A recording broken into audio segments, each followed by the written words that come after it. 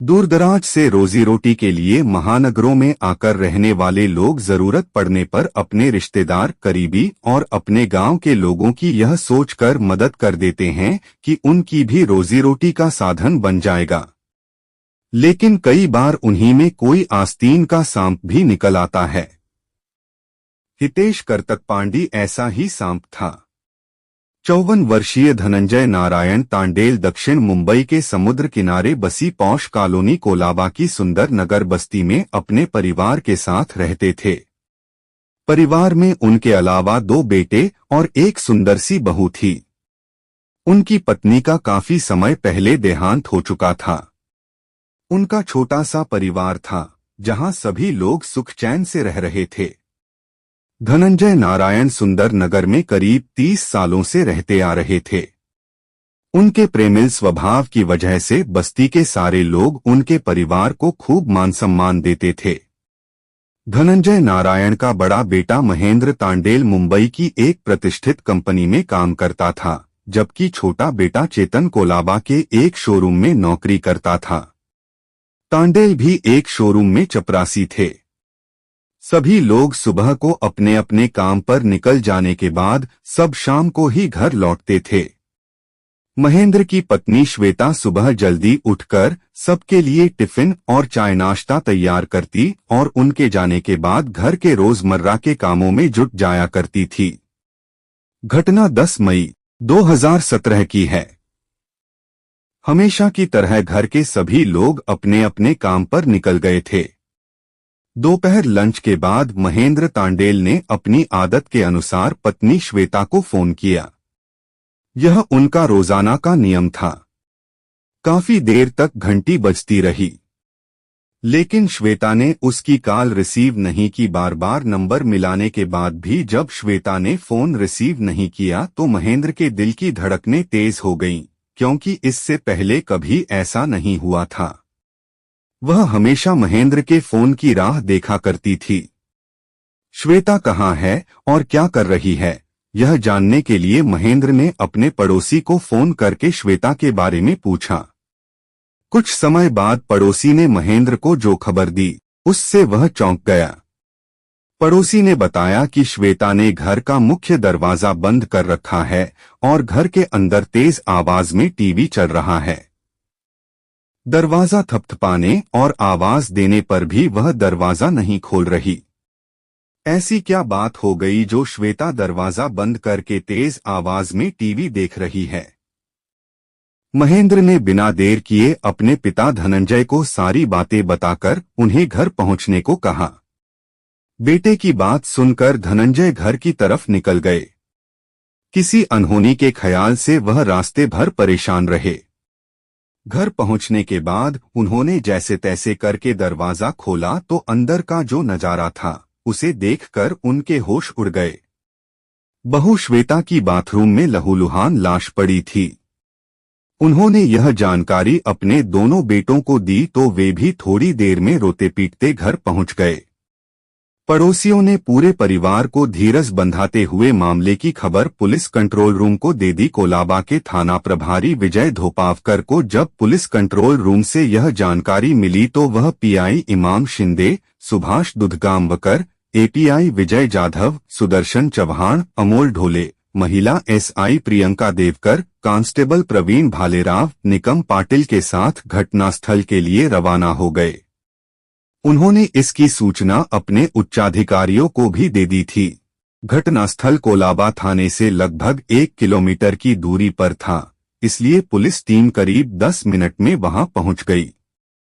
तब तक धनंजय के मकान के पास मोहल्ले के तमाम लोग जमा हो चुके थे। पुलिस जब मकान में पहुंची तो घर का सारा सामान बिखरा पड़ा था। कांच के कई बर्तन टूटे हुए थे। श्वेता का शव बाथरूम के अंदर पड़ा हुआ था। उसके गले और छाती पर चाकू के कई गहरे घाव थे। उसके बदन पर सिर्फ पेटीकोट और ब्लाउज था जो कई जगह से फटा हुआ था, जिससे यह संभावना लग रही थी कि अभियुक्त उसके साथ मनमानी करना चाहता था।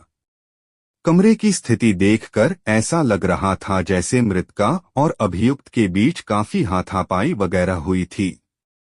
थाना प्रभारी अभी घटनास्थल का निरीक्षण और पूछताछ कर ही रहे थे कि डीसीपी मनोज कुमार शर्मा, एसीपी राजेंद्र चौहान भी वहां पहुंच गए। मौका मुआयना करने के बाद अधिकारियों ने वहां मौजूद लोगों से बात की। इसके बाद थाना प्रभारी ने घटनास्थल की कार्रवाई पूरी करके लाश पोस्टमार्टम के लिए जेजे अस्पताल भेज दी। डीसीपी के दिशा निर्देश के बाद थाना प्रभारी विजय धोपावकर ने जांच की एक रूपरेखा तैयार की, जिसकी जिम्मेदारी उन्होंने पीआई इमाम शिंदे और सुभाष दुधगांवकर को सौंप दी थी। घटनास्थल कोलाबा जैसे पॉश इलाके में था, जहां सेना के तीनों अंगों के अधिकारियों की कॉलोनियां हैं।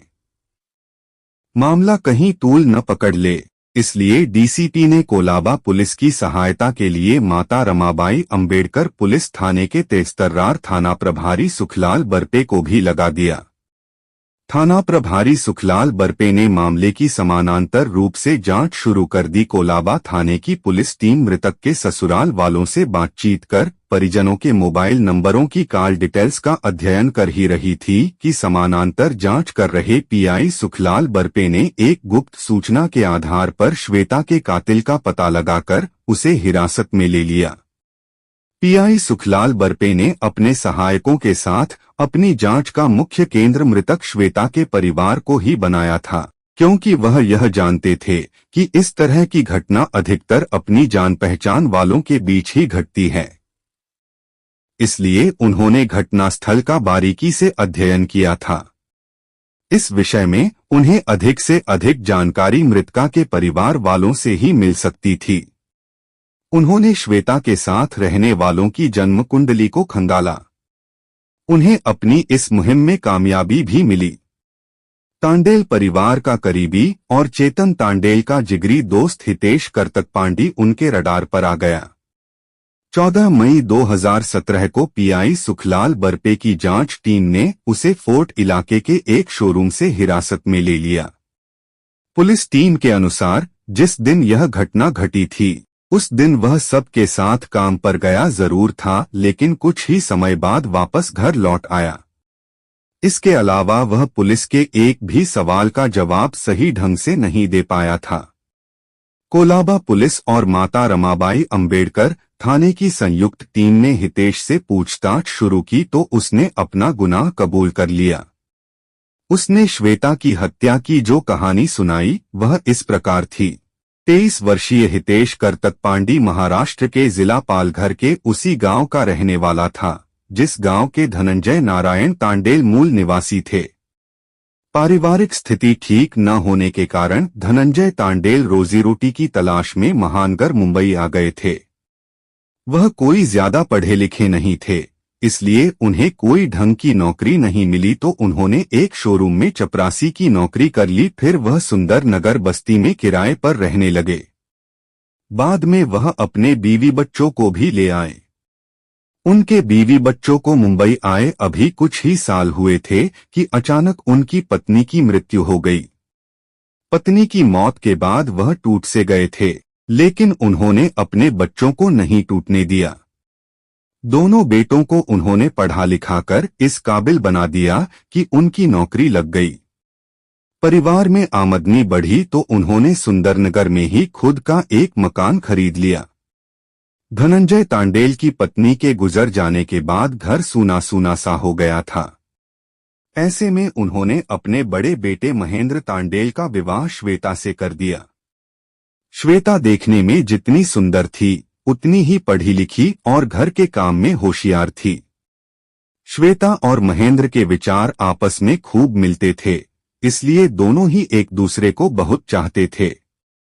ऑफिस पहुंचने के बाद भी महेंद्र को जब भी समय मिलता वह श्वेता को फोन कर लेता था। उनकी शादी के 2 साल कैसे बीत गए पता ही नहीं चला। धनंजय अपने दोनों बेटों के साथ कभी कभी अपने पैतृक गांव भी जाते रहते थे। उनके छोटे बेटे चेतन की गांव के ही हितेश करतकपांडी से दोस्ती हो गई थी। दोनों ही हमउम्र थे। चेतन जब कभी अपने गांव जाता तो हितेश के साथ सैरसपाटा करता था।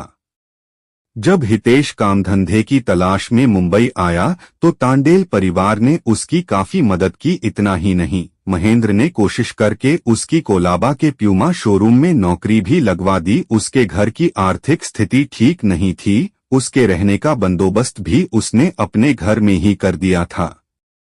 पहली मंजिल पर धनंजय, उनका बेटा चेतन और चेतन का दोस्त हितेश रहता था, जबकि नीचे के भाग में महेंद्र अपनी पत्नी श्वेता के साथ रहता था। कुछ दिनों तक तो हितेश करतक पांडी ठीक रहा, लेकिन जैसे जैसे वह महेंद्र के परिवार में घुलता गया, उसकी झिझक भी दूर हो गई। वह श्वेता से कुछ ज्यादा ही घुलने मिलने लगा। देवर का रिश्ता होने की वजह से दोनों के बीच हंसी मजाक भी चलती रहती थी। हितेश श्वेता को अपने रंग में रंगने की कोशिश करने लगा, यानी वह श्वेता को मन ही मन चाहने लगा था, जबकि श्वेता केवल चेतन की तरह हितेश को अपना देवर ही मानती थी। इससे आगे और कुछ नहीं। पति और देवर की तरह वह हितेश का भी टिफिन तैयार कर देती थी। घटना के दिन हितेश काम पर तो सबके साथ गया, लेकिन कुछ देर बाद वह घर वापस आ गया। श्वेता के पूछने पर उसने सिरदर्द का बहाना बनाया। श्वेता ने उसे चाय के साथ सिरदर्द की गोली देकर उसे ऊपर के कमरे में जाकर आराम करने को कहा और फिर वह घर के कामों में लग गई। उसे क्या मालूम था कि उसकी मौत का वारंट निकल चुका था। हितेश ऊपर के कमरे में न जाकर कुछ देर तक श्वेता के सौंदर्य को निहारता रहा। इसके बाद जब श्वेता बाथरूम में चली गई तो उठकर हितेश ने अपनी योजना के अनुसार टीवी की आवाज तेज कर दी, साथ ही एसी का टेम्परेचर भी हाई कर दिया। फिर वह श्वेता के साथ मनमानी करने के उद्देश्य से बाथरूम की तरफ गया। बाथरूम का दरवाजा खुलते ही वह श्वेता से मनमानी करने पर उतर आया। उसने श्वेता को दबोच लिया और बोला, भाभी, आज मुझे अपने मन की मुराद पूरी कर लेने दो। मैंने जब से तुम्हें देखा है तब से तड़प रहा हूं। दिन का चैन और रातों की नींद हराम हो गई है। हितेश की यह बात सुनकर श्वेता बुरी तरह घबरा गई थी। अपने आप को उससे बचाने के लिए वह पूरे कमरे में इधर उधर भागने लगी। वह अपने बचाव के लिए चीख चिल्ला भी रही थी, लेकिन टीवी की तेज आवाज में उसकी आवाज दब गई थी। हितेश के सिर पर वासना का भूत कुछ इस तरह सवार था कि उसके सोचने समझने की सारी शक्ति खत्म हो गई थी। वह श्वेता के जिस्म के लिए पागल सा हो गया था। हितेश की इस हरकत से श्वेता भी अपना आपा खो बैठी थी। वह कमरे में रखा सामान तोड़ने लगी ताकि आवाज सुनकर पड़ोसी आ जाएं। मुख्य दरवाजे पर आधुनिक लॉक लगा था, जिसे वह जल्दबाजी में खोल नहीं सकी। उस समय श्वेता की ऐसी स्थिति थी जैसे एक पिंजरे में बाघ के सामने बकरी की होती है। इस दौरान उसके कपड़े भी फट गए थे। अपने मकसद में कामयाब न होते देख हितेश को श्वेता पर गुस्सा आ गया। वह किचन में गया और वहां से सब्जी काटने वाला चाकू उठा लाया।